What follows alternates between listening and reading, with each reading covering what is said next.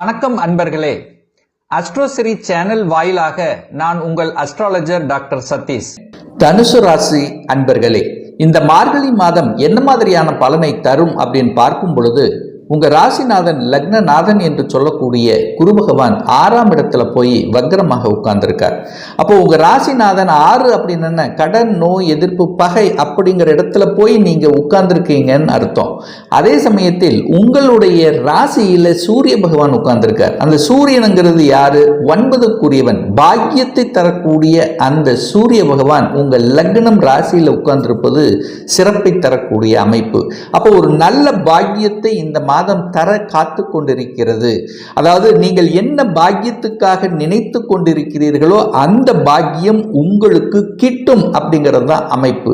சூரியனை போல இருக்கக்கூடிய தன்மை, சூரியன் எப்படி ஒரு பிரம்மாண்டமாக பளிச்சிட ஒரு வெளிச்சத்தோடு இருக்கிறதோ அதே போல நீங்கள் இருக்கக்கூடிய தன்மை இருக்கும். புகழ், மதிப்பு, மரியாதை, அந்தஸ்து என்பது சிறப்பு பெறக்கூடிய ஒரு நல்ல மாதமாக நிச்சயமாக அமையும். தகப்பன் மூலமாக நல்லவைகள் நடக்கக்கூடிய ஒரு அற்புதமான ஒரு மாதம் தான் இந்த தனுசு ராசி அன்பர்களுக்கு.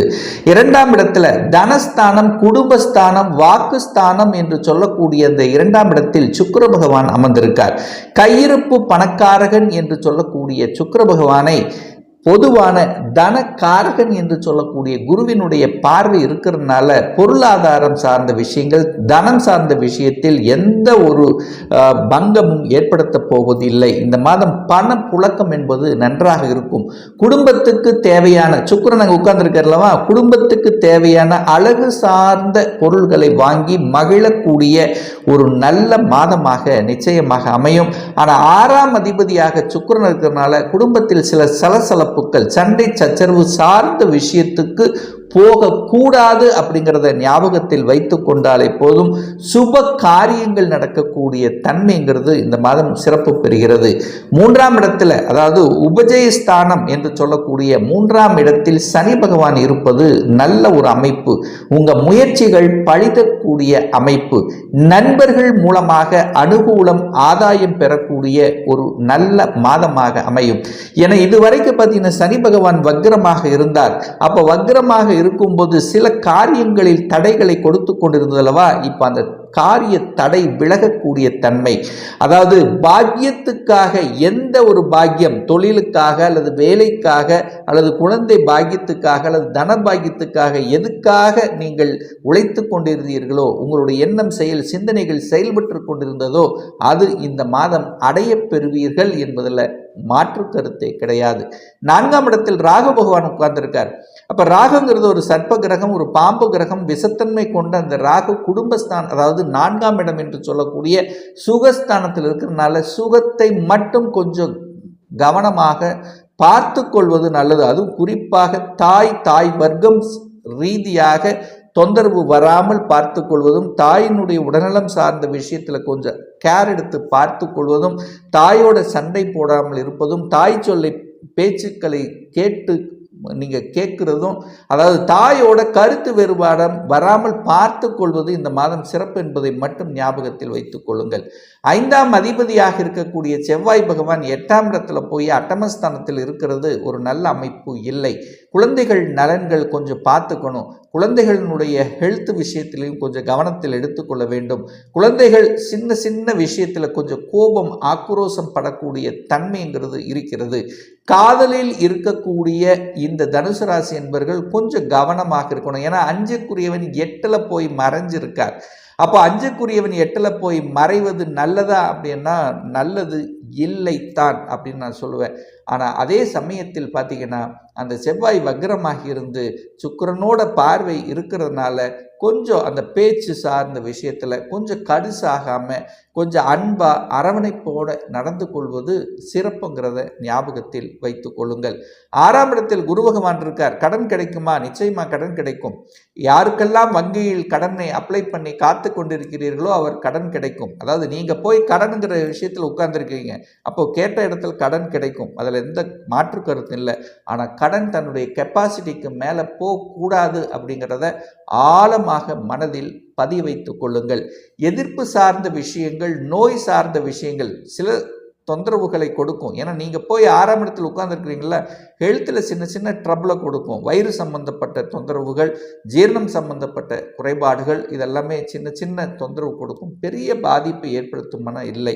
ஒரு சிலருக்கு எதிர்ப்பாளர்களோடு சேர்ந்து அவர்களோடவே டிராவல் பண்ணக்கூடிய தன்மை கொஞ்சம் அழுத்தம் ப்ரெஷரை கொடுக்கும். ஆனால் சமாளிக்கக்கூடிய ஆற்றலையும் உங்களுக்கு நிச்சயமாக ஏற்படுத்தும்.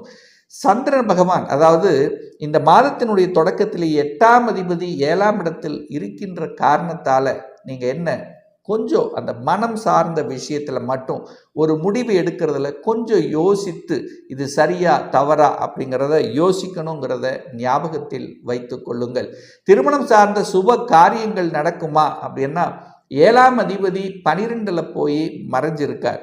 ஆனால் இனி வரக்கூடிய 20/4/2020, அதாவது 20 மார்கழி மாதம் 20/4/1/2025 அன்று புதன் பகவான் தனுசு ராசிக்கு பயிற்சியாகிறார்.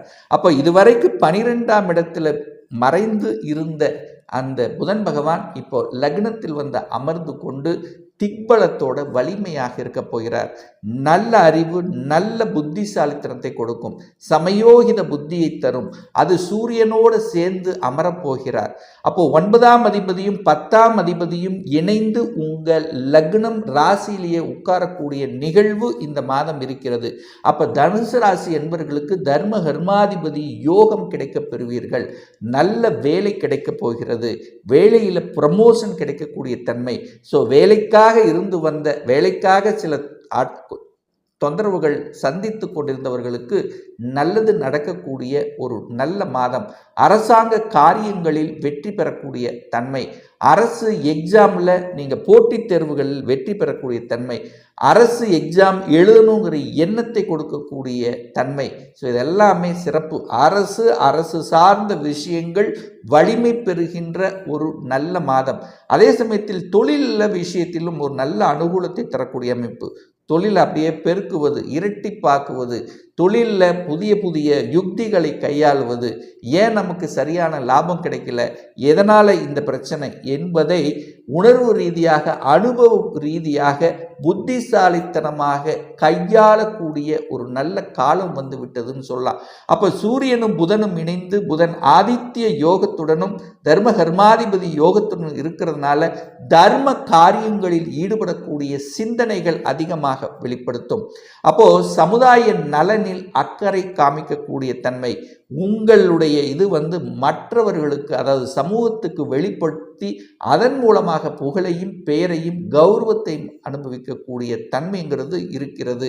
நீங்கள் யார் என்று வெளி உலகத்துக்கு தெரியப்படுத்தக்கூடிய ஒரு நல்ல காலம் இருக்கிறது. இப்போ தொழில் நன்றாக இருக்க போகிறது, வேலை நன்றாக இருக்க போகிறது, ஆன்மீக எண்ணங்களை கொடுக்கக்கூடிய அமைப்பு, ஆன்மீக பணிகளில் ஈடுபடக்கூடிய தன்மை, குலதெய்வ நாட்டத்தை கொடுக்கக்கூடிய தன்மை. ஸோ இது எல்லாமே தர்ம காரியங்கள் வெற்றிகரமாக நடக்கக்கூடிய அமைப்பை இந்த காலகட்டம் உங்களுக்கு சிறப்பு பெறுகிறது அப்படின்னு சொல்லலாம்.